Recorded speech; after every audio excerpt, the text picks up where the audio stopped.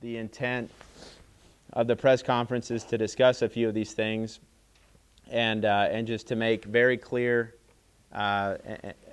make certain that the voters come tomorrow have a clear understanding that Scott Eckersley's in the race, and that they understand exactly what went on here, and what we've been able to ascertain in what was a pretty bizarre twist of events that happened on Friday. So with that, we'll go ahead and open it up. I'm going to go ahead and say a few words about what we've been able to ascertain, guys, and you stop me or start me as you please. And then I would like for either of you to address, whatever questions come in. You guys should feel free to ask. These are Joe and Neil, who we've retained from the beginning of the campaign, and it finally paid off. That was a joke. Okay. In any case, really the intent of this, one thing I wanted to say was the day this happened, I was on the western side of the district. You'll forgive me, I think I've got a cold too. But I was on the western end of the district, and I stopped at a gas station, and a fellow walked up to me and he said, well, I heard, there was a stop and start in this race. And then it really hit me. It seemed like such a bizarre turn of events to start out with. And then it really dawned on me the seriousness of something like this, because when you put as much money, time, effort, heart into something that is a congressional race, and I know most of you throughout the race, you've seen the amount of preparation and work that goes into it. You all put an incredible amount of preparation and work yourselves into reporting on the race, and I think most folks in Southwest Missouri, probably everybody, would agree that these type of dirty tactics aren't fair. It's not fair to the volunteers. It's not fair to the people who are blowing up balloons over there right now. And it's not fair to the folks that get out and march with us in our parades. It's not fair for all the early mornings, all the late nights, and all the times you maybe don't even get to sleep very much at all. And so the purpose and intent of this is to address what we have, what we've been able to ascertain, and then to shove you out the door, because we're doing a full day of canvassing. Our campaign is about, it's been run about as honest and open a way as I know how to do it. The purpose was from the start to do things better than I saw them done. And so these type of tactics, these type of attacks, voters should know about, frankly, and voters should know that Scott Eckersley's in the race, that there was never a stop and start moment. I've never quit anything in my life, and I said last time I met with you, I did quit soccer one time, but I hated it. I was a goalie. I was the chubby goalie, and so I didn't really like it too much, but I was a wrestler. In any case, let me go through and explain what we have here. On October 24th, I got a text message from a blogger who said, he questioned me about the S. Eckersley Mo7 Twitter account that was spouting policy positions that weren't in line with the policy positions that I put out today. And he asked me, is this yours? And I said, I don't know anything about it. I looked into it October 26th. I went ahead and tweeted to all of our followers that the Eckersley for Congress, it's called @EckForCongress, was the only official campaign Twitter account, because even though we contacted Twitter, it was still active, and it's pretty difficult, frankly, to take these down, apparently. So this account continued to tweet pretending it was me, or asserting that it was me, using the same picture, etc., until the morning of October 29th, so the morning y'all were here, that's when it finally was deleted. So on October 29th, what we've been able to find out is a number of news outlets, including KSPR and a number of others, received a press release from scott.eckersley@yahoo.com. So that was Friday morning. The email pretended to be a press release. It said I suspended my campaign due to personal reasons, and it was reported by our best accounts right around 9 a.m. And any information that it goes earlier or later, any other tweets that you're aware of, any type of dissemination of this information that anyone in the press is aware of or that any of you know that was disseminated, that'd be appreciated. But around 9 a.m., this is the best information we have at this point. What's troubling to me is James Harris, who works for Billy Long, tweeted the news approximately the same time or in approximately the same time period and at the same time that KSPR reported it around that 9 o'clock hour. What happened was he deleted it, but not before. He deleted his tweet, but Sean Bell, who used to work for James Harris, retweeted Harris's message. So for all of you that know as little as I do about the semantics of Twitter, I've learned a little bit. And so when you retweet, as you'll see in the diagram here, it shows the original tweet as well. So James Harris's tweet popped up. Bell also deleted his tweet, but not before someone was able to capture it.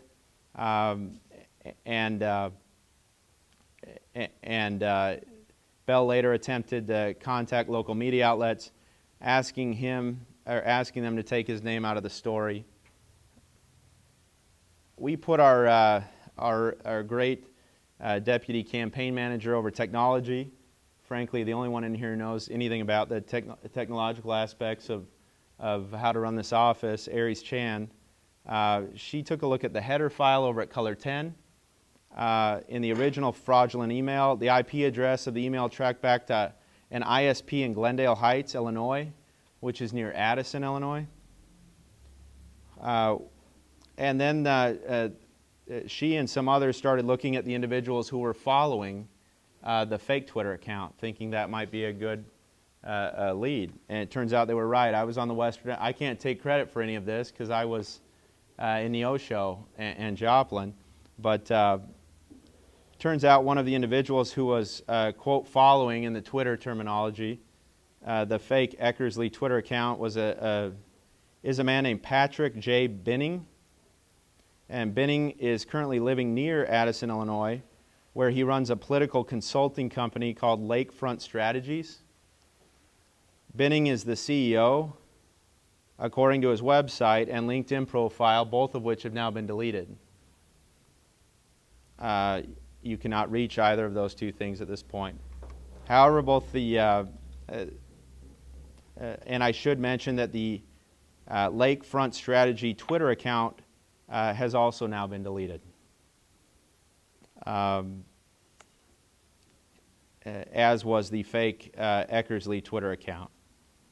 Prior to that happening, his tweet regarding one tweet specifically regarding me was deleted, and then he took down the whole thing. So all of those things have been taken down and deleted, the entire website. Patrick Binning is from Springfield, Missouri.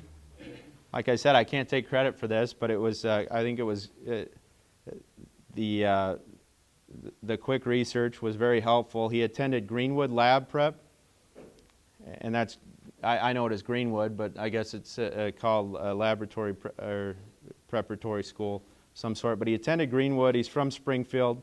He went to Missouri State. He graduated in 2004 from Greenwood. Billy's oldest daughter would have graduated in 2004 as well. Neither here nor there, but certainly a coincidence and a connection. His Facebook message, on Billy's Facebook message, if you look at it, and what we've been able to see so far, does suggest that there's a relationship where it says, "Congrats, Billy. Let me know if you need anything between now and November," from Patrick. Color 10's turned this over to the FBI. They've begun an investigation, according to what I understand from the newsroom. So I essentially just read everything you have in your hands right now. I just wanted to be really comprehensive and I'll let the attorneys talk in a moment about what we're going to be filing as of today. What I want to say is it's just terrible tactics. It's chicken. It's everything that career politicians, the worst kind, do. I think it showcases. I think there have been instances in the last few weeks where it's been showcased Billy Long's personal character. This speaks to his professional character, and this speaks to, frankly, a criminal violation. I mean, that's why this is such a serious offense, is because of the time and effort and energy that people put into campaigns that should not be thwarted by third-party tactics while others pretend and feign ignorance. And so, like I said, the investigation and research and what we've been able to find so far, as I suspected, frankly, just points in one direction. And for James Harris to have retweeted something that so obviously seemed suspect, I think is also problematic. I think it speaks to the character of his campaign. I think it speaks to the character of those who are running it. I've known them for years. And this falls in line with everything I know about Jeff Rowe, James Harris, and the type of campaigns they run, the type of politics they promote. I've seen some coverage, and I want to be clear about this. I've seen some coverage that would suggest that that this was possibly a political maneuver. I saw one piece of coverage that upset me that suggested that possibly this even came from our own campaign. I don't even like repeating that. And part of this press conference is also to put that to bed. That I'll let Neil I'll let Neil speak to the filings that are going on now. But these are serious offenses. We're pursuing them with the FEC, with the Department of Justice. Like I said, it's been turned over to the FBI. This did not come from our campaign, obviously, and the evidence which would suggest that in a tight race here in the 7th, the evidence would suggest that my opponent's looking for an unfair advantage, and we're calling him on it. And Neil, I'll go ahead and let you speak to the filings. Or whomever. As Scott said, this is not only unfair, but potentially criminal acts that occurred, depending on where, obviously, the facts lead. So what we intend to do today is to file complaints, letters of complaint with both the Public Integrity Department of the Department of Justice, which coordinates all violations of political laws. And Scott is the first I've heard of the FBI investigation. So we'll probably call that to their attention that we're aware of that, so they can properly coordinate that. Although they may already know that, I assume the FBI probably was in immediate contact with them, but we can obviously try to help bring them together. We're also going to file a complaint with the Federal Election Commission, which has concurrent jurisdiction over the statute that regulates this. And just so if anyone's wondering what that statute is, it's Title II of the United States Code, Section 441 small h, and that's just one, no parentheses. And that section says it's a criminal act to fraudulently represent yourself as representing your opponent's campaign and saying anything damaging about them. And I can't think of any particular act that may fall right on point with the statute than this. So that is our plan, and we hope that they vigorously investigate this and find the truth. Okay, thanks a lot, Neil. Are there any questions for Neil while he's on the phone? Yeah. Would you repeat the code again, Neil? Sure. 2 U.S. Code, so it's a 2 U.S.C. Section 441H. So 2 U.S.C. 441H. And the header is fraudulent misrepresentation of campaign authority. Did you get that, Jennifer? Okay. Any other questions for these guys while they're on the phone? How fast do these investigations go? How fast, how slow, how the process is? The question is how fast or how slow do these investigations go? What's the process? This is Joe Sandler. We would suspect that the Department of Justice would get on this pretty quickly. The Department of Justice distributes the entity, the Public Integrity Section of the Department of Justice, which prosecutes election crimes and political corruption, distributes to all the U.S. attorneys around the country a manual called Federal Prosecution of Election Offenses. And in that manual, there are two types of conduct that are described by the Department of Justice as campaign dirty tricks, and this is one of them, fraudulent misrepresentation of campaign authority. So it's something that's taken quite seriously as a federal crime, and we suspect that they will pursue it vigorously and efficiently. How serious are the consequences? And let me just add, Joe, and you can add to this, that the FEC and the Department of Justice have simultaneous and concurrent jurisdiction over this. So they can, the FEC only has civil jurisdiction over, not criminal, but they can both do their own investigations and they can both fine independently an entity who violates the law.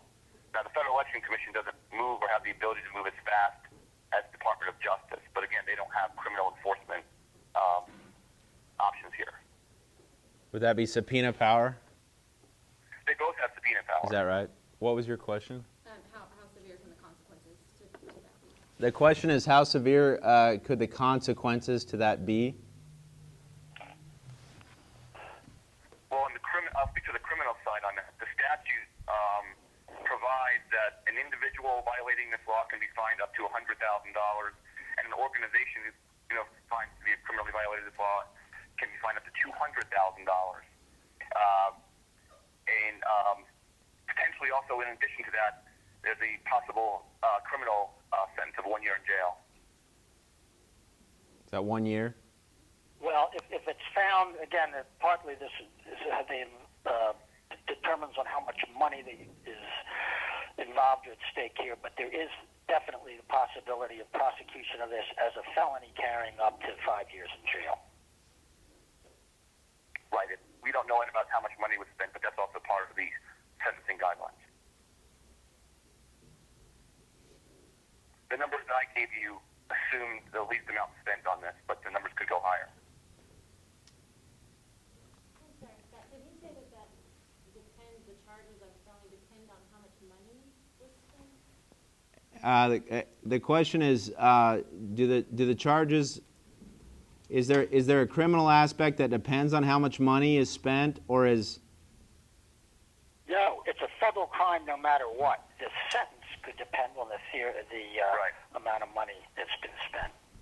And just to show you how serious this is, the statute says most statutes in campaign finance will require a minimum amount to be spent before there's even a consideration of a criminal violation. This one section has a special exemption that makes it irrelevant how much is spent.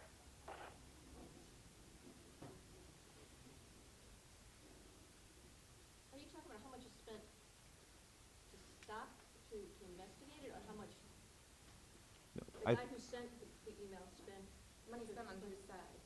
Perpetrate the fraud. I think what he's saying is a lot of times there's a requirement, and I think, correct me if I'm wrong, but a lot of times there's a requirement for a certain crime that it reaches a certain threshold, and in this instance there's no requirement whatsoever. That's correct. Is that right? That's correct. So I think he was underlying how serious it is that there's not even a requirement for a certain dollar amount.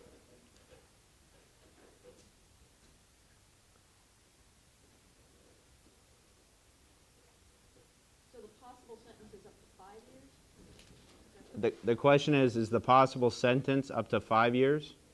Yes, that's what it exactly means, which is automatically means it's treated as a felony.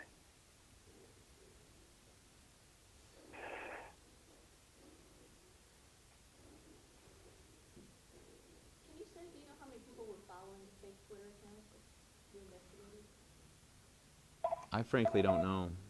Do you know, Jordan? Aries, do you know? I'm not sure at this point. But this guy who is Patrick Binning, he's the you know, whatever however they landed on Patrick, the number of, and for all I know, each one was investigated and none of them linked back to Addison, Illinois. But you know, that's something that in a busy campaign season, I'm just pleased that we were able to ferret out, you know, to get after what we did and put the link together that I think indisputably, if nothing else, points in a certain direction, and it's in the direction of my opponent.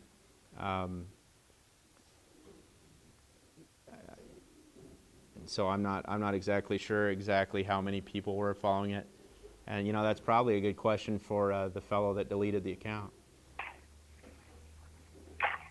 Do you know who was running the fake Twitter account? No, that's why I say the fellow who's but certainly the coincidences of all of the deletions taking place, including the Twitter account, are significant just for our purposes here today, where you know, it's obvious the purpose of this was to leave very little time left for a full-blown investigation by a volunteer staff. That's not what I'm about. We've been running our campaign. We've been hitting events. And so I'm just pleased that the information that's been compiled so far, the folks who put the effort into it, so that the design of an attack like this is thwarted by real quick reaction and by a general direction towards which the foul winds are blowing, and it's certainly in the direction of my opponent, Billy Long. When did your investigating? Like I said, I was on the western side of the district. I think you're looking at it right there. Was the Greenwood graduation and everything? I did part of that.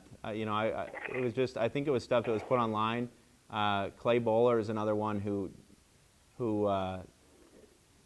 dug in deep and posted. A lot of the information you're seeing right here was discovered by Clay Bowler, who I'm not sure who discovered it, but I know that Clay has posted some of this on his blog, and he was somebody who's very committed to finding out who's behind you know, these kind of dirty attacks. So, and after that, you know, the onus is on. You know, I think it's important to remember that, number one, I don't think this should have ever been reported. Actually, it should never have been reported. It did not resemble anything that looked anywhere near one of our press releases. We don't have perfect grammar, but we don't have that type of grammar that was in that email. And I've never sent any press outlet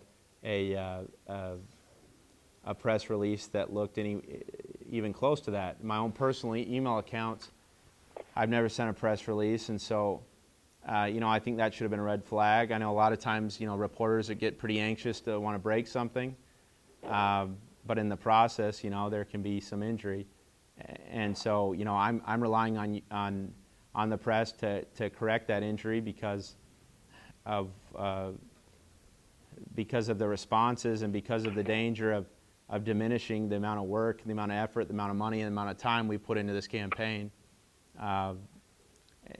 And so beyond that, I'll just say, you know, the onus, you know, I think needs to be on the press to rectify, and then also, you know, this will be turned over to a federal agency whose job it is to investigate this stuff. Our job is to win this election. That's what I plan to do. And, you know, I don't think voters in Southwest Missouri would be too happy to know, and I hope they do by the end of this day, to know all of the details that are listed here.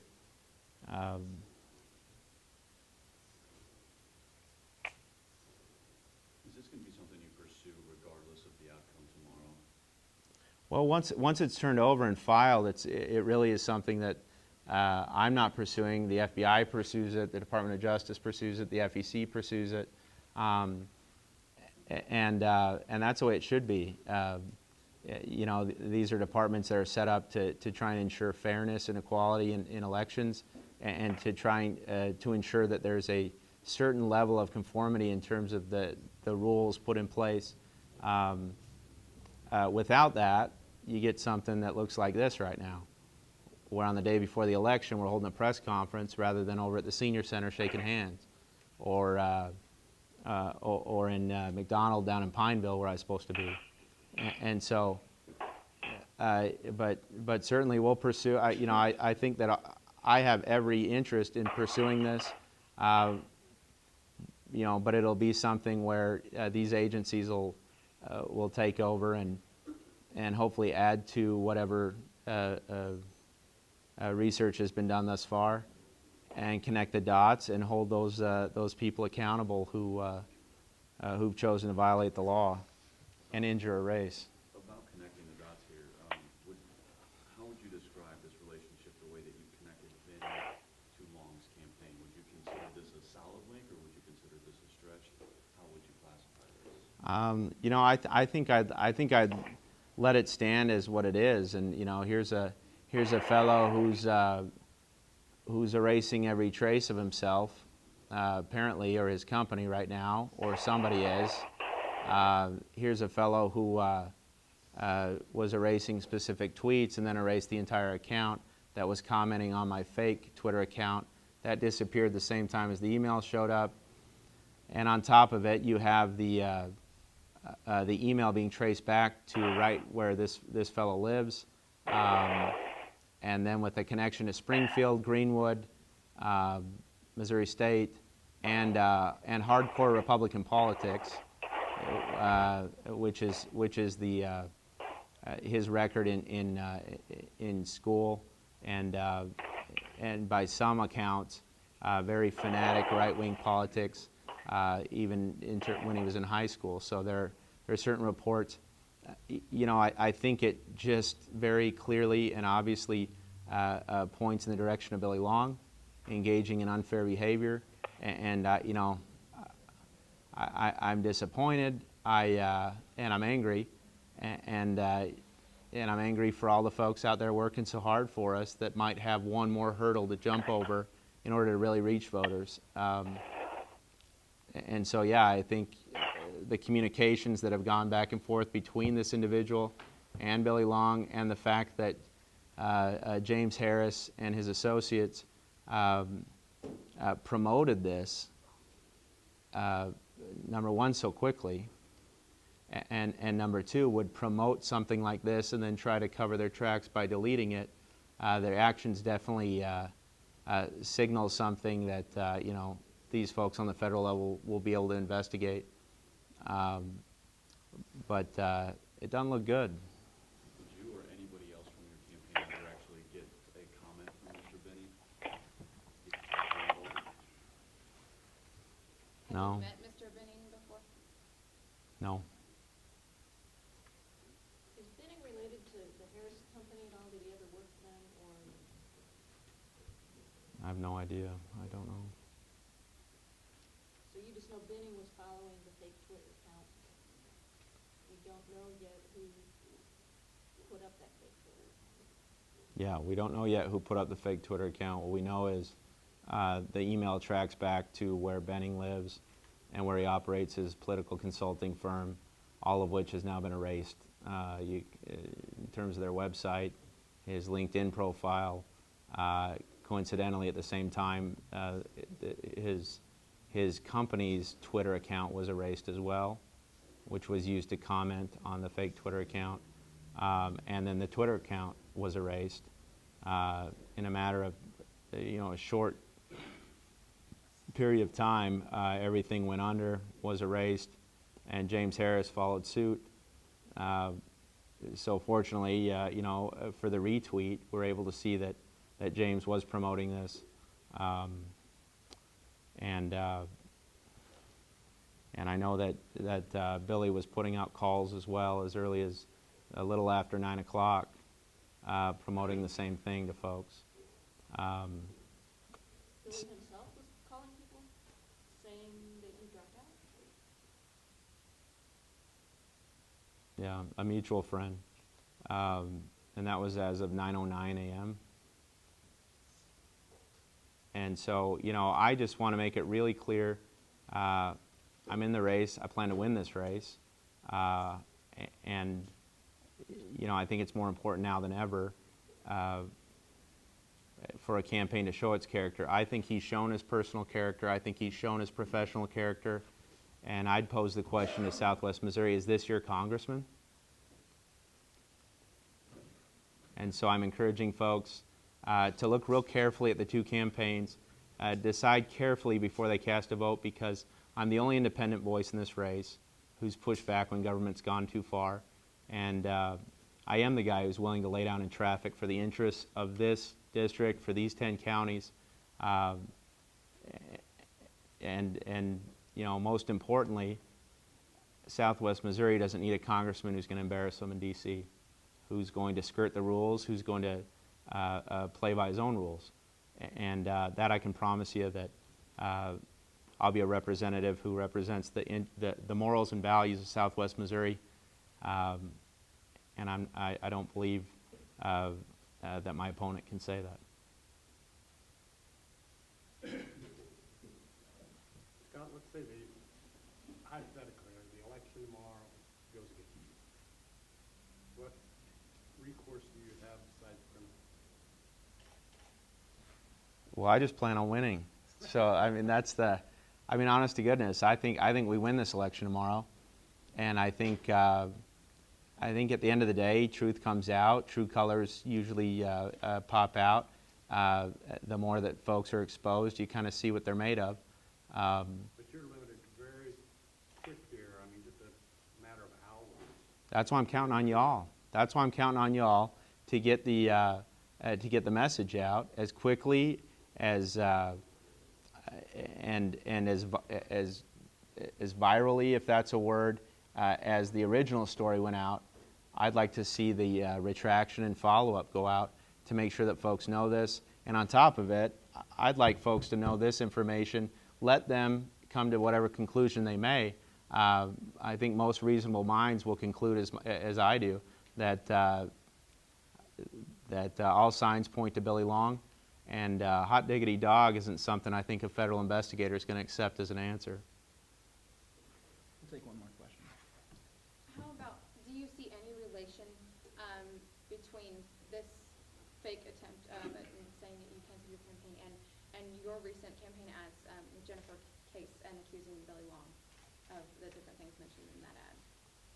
Well, you know, on one side you have a wife of a soldier in Afghanistan standing up, telling her story, and I'm standing right there along with her. She's told the truth from the beginning. She's not wavered. If you called her this afternoon, she'd tell you that my story's never changed.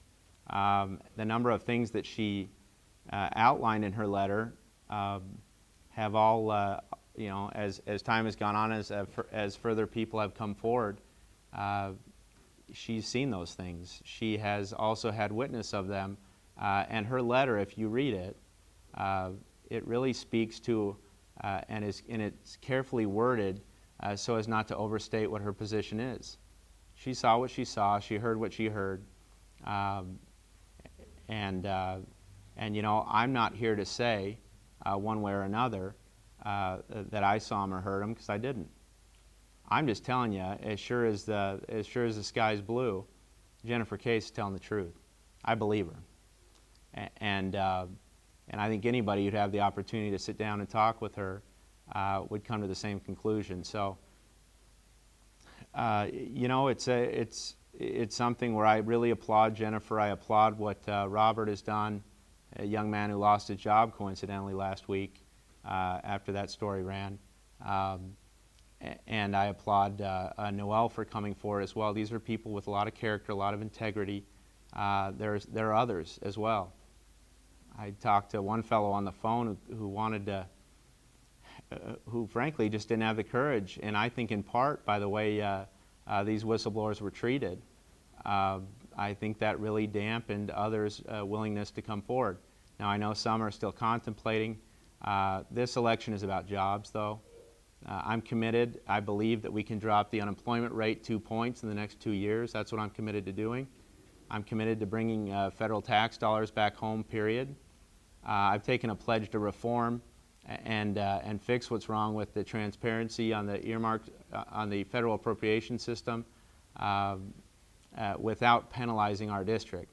My opponent wants to take away right to vote for United States senators. I don't believe that's the right way to go about things. I think we live in a representative democracy where everybody should have a vote.